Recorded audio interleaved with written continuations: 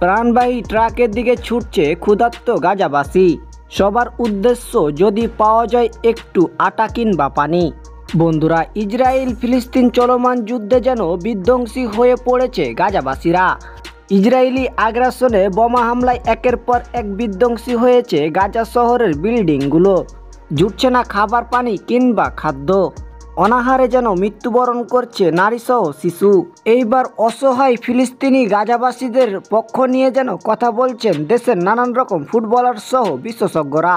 এমনই football match শেষ হওয়ার পর যেন মাঠে রিকিলটন ও সেল ব্যান্ড দুজনে মিলে ফিলিস্তিনের পতাকা উড়ালেন এইবার ফুটবল মাঠে।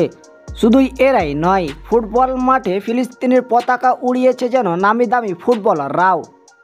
বন্ধুরা, ফুটবলারদের এমন আচরণ আপনাদের কাছে কেমন লেগেছে তা অবশ্যই কমেন্টে জানাবেন। আর ভিডিওটি ভালো লাগলে একটা লাইক দিবেন। যারা আমাদের চ্যানেল নতুন অবশ্যই সবাই চ্যানেলটি সাবস্ক্রাইব করে দিবেন।